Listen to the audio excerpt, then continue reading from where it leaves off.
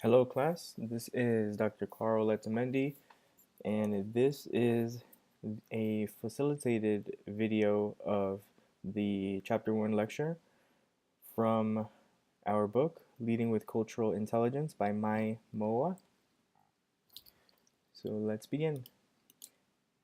This is a pretty short presentation, probably will be maybe one of the shortest. Of course, Chapter 1 is normally meant to be kind of like an introduction.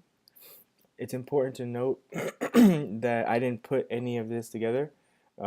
This has been put together specifically by the publisher of the book, so I had no involvement of that, so all credit due to the author. So chapter 1 of the book is called Culturally Intelligent Leadership Matters. So we start off by defining what leadership means. And there is a very big difference between leadership and management, and I'll get to that in a minute.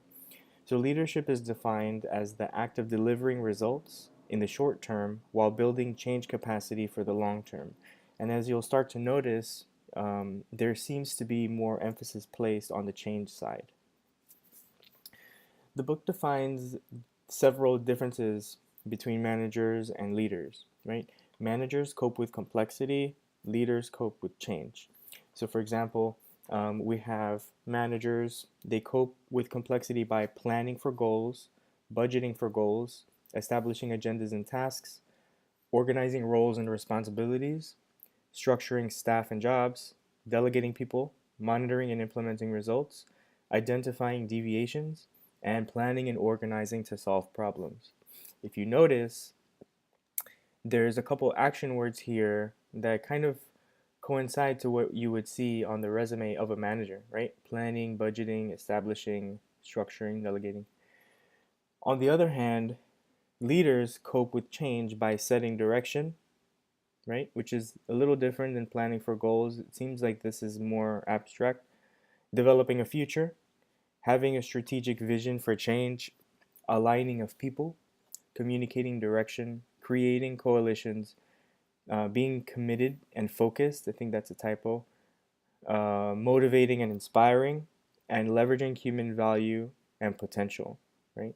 So I guess you can kind of perceive leaders as being ahead of managers in that sense, that managers have very specific tasks that they do within an organization, but leaders are the ones who pave the way ahead of them, if that makes sense.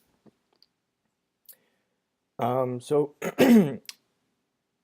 as far as defining the difference between managers and leaders, culturally intelligent leaders must create an environment where diversity and culture flourish and where conflicting values can be safely expressed and explored through dialogue. So I wanted to pay special emphasis here to this word conflicting, right? So as you probably have read in my bio, I have a PhD in the social sciences with an emphasis in conflict analysis and resolution. So essentially, when you have two people or a group of people who have differences in needs and values, that's when you have a conflict because there's incompatible needs and values. So if you're looking at an organization, an organization is going to have a lot of different departments in it, for example. So each one of those departments might have a difference in needs and values too. And you don't want that. You kind of want all of them to align if you're establishing one corporate mission, for example. Because if there's one department that's a little less expedient than another, or another is overperforming, then it's going to make the one who isn't producing as much seem inferior or like it's not worthwhile. So that's a conflict. So now looking at it from the cultural perspective, if you have in an organization people who come from diverse backgrounds and who bring with them a lot of different cultures, there is the ability to also experience conflict in that organization too. So a leader, a culturally intelligent leader, will will keep this in mind and try to help diversity and culture flourish in the organization.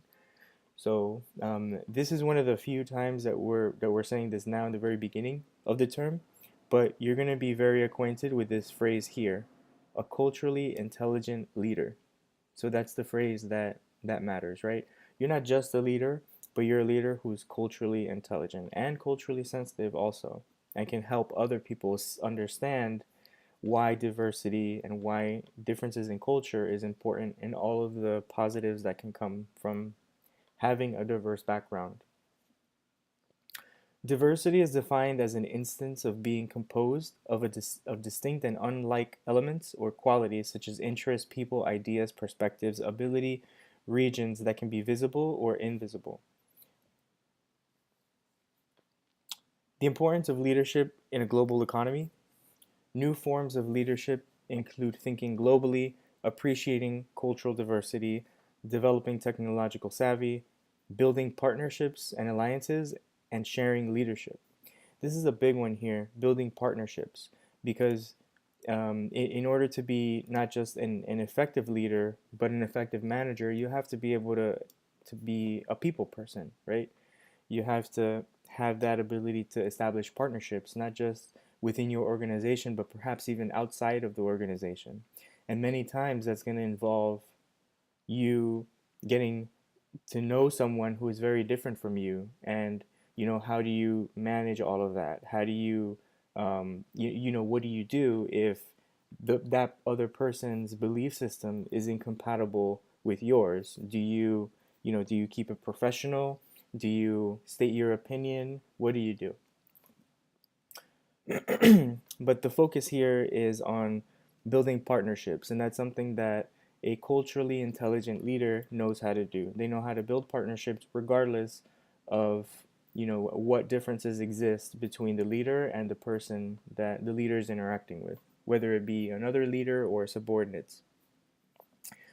Cultural diversity is defined as the cultural differences or variety of people in a group or an organization, right? So when you have a lot of different people in an organization that have many different cultural backgrounds, then that is a culturally diverse organization.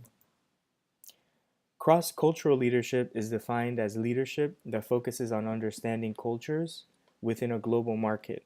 So then this goes back to that point that I was making about building partnerships, right? If you are selling equipment or something like that to another country who you're totally unfamiliar with, maybe you don't even understand the language, how do you take those differences and establish connections with those people? You have to have cross cultural leadership skills, right? So you have to be able to understand the cultures within the global market and how you draw the line between what is stepping over the boundary, what is acceptable in that culture. Do you shake hands? Do you bow? Do what is it that you do? An androcentric framework is a Western based perspective of adopting a masculine point of view, either consciously or unconsciously. So, this can also be used interchangeably with like a sexist culture, for example. And by the way, whenever you see these keywords, you want to take note of them. You also want to take note of the keywords that are in the book, highlight them, and learn them, because these are the keywords that are going to be in the exam. So, small tip. Transformational leadership is a leadership approach that seeks to promote positive change in individuals, excuse me, with the goal of creating permanent inspirational change, including transforming followers into leaders. And team leadership is a leadership approach in which a team member is tasked with authority over other team members, providing guidance and direction either on a permanent or intermittent basis. So, not everyone in an organization is going to want to be a leader. I've learned that over time, having been in a managerial capacity very young in my life, in my career, till now, having fluctuated between being in a leadership role versus not being in a leadership role, I start to learn that not everybody wants to be in front. of a bunch of other people, right? Giving them direction. Some people are very uncomfortable with that. So that goes back to being culturally intelligent, right? Perhaps it is the case that that person does not feel comfortable because in that person's culture, humility is very important, and it's very important to receive guidance, and it's not very common to have people come in and be like strong leaders, for example. So, and that's totally okay. A culturally intelligent leader would recognize the attributes of those people, and would seek different ways of maximizing their potential so that they can feel confident and they can feel productive in the organization. Organizational culture is defined as the shared beliefs, assumptions, behaviors, and values that comprise an organization's social and psychological environment. There are 5 qualities that leaders need in order to address and use cultural differences to the advantage of their organization. The first one is that leaders must make diversity a priority. The second is that leaders must get to know people and their differences. And this is very important, especially if they want to be able to mitigate conflict and avoid conflict, in other words, within their organization. Once you get to know about people and learn about the differences between you and them, it becomes a little easier to start establishing connections with these people on a day-to-day basis. So that also goes into the fact of that cross-cultural leadership perspective too. Once you step back and you learn about the other person's culture, their belief system and whatnot, it just becomes a little easier to speak to those people, because then you avoid certain cues maybe that might take the conversation in a wrong direction. The third quality is that leaders must enable rich communication, right? So that's encouraging communication, participation, letting people, asking people. Some people might not want to speak in meetings. It's, a leader wouldn't wait until after the meeting to say, "Hey, Bob, I noticed you weren't speaking in the meeting." They would say during the meeting, "Hey, Bob, what do you think?" Right? So that's part of enabling rich communication, is trying to get everybody's feedback, and also helping people to get out of their comfort zone so that that communication could be cultivated. The fourth quality is that leaders must make accountability a core value. So this goes both inward and outward as well. Leaders have to accept accountability for their responsibilities, and their responsibilities are the people who they lead, right? So this is why a lot of times, whenever there's like a scandal in a major organization, the leader of that organization resigns, because even though they didn't really have direct, um, you know, responsibility over that action that the person in the like very low in the organization did, they are responsible for setting the culture and leading the way in which all the rest of the organization should follow, right? So this is why, like, a lot of times you ask yourself, like, oh, why did the CEO quit when the person who did the fraud was 11 levels below them? Well, that's why, because they have to be accountable for their organization and everyone in it. um, and it also goes outward too. It's not just the leaders assuming accountability for their organizations, but also promoting accountability across their organization. So also keeping their other upper and mid-level managers on their toes, so that they, um, so that they embrace the culture of accountability. And the fifth quality is that leaders must be able to establish mutualism as the final arbiter. So, what that means, if we take this phrase here, arbiter, so arbiter is a essentially arbitration, which is like a decision maker, right?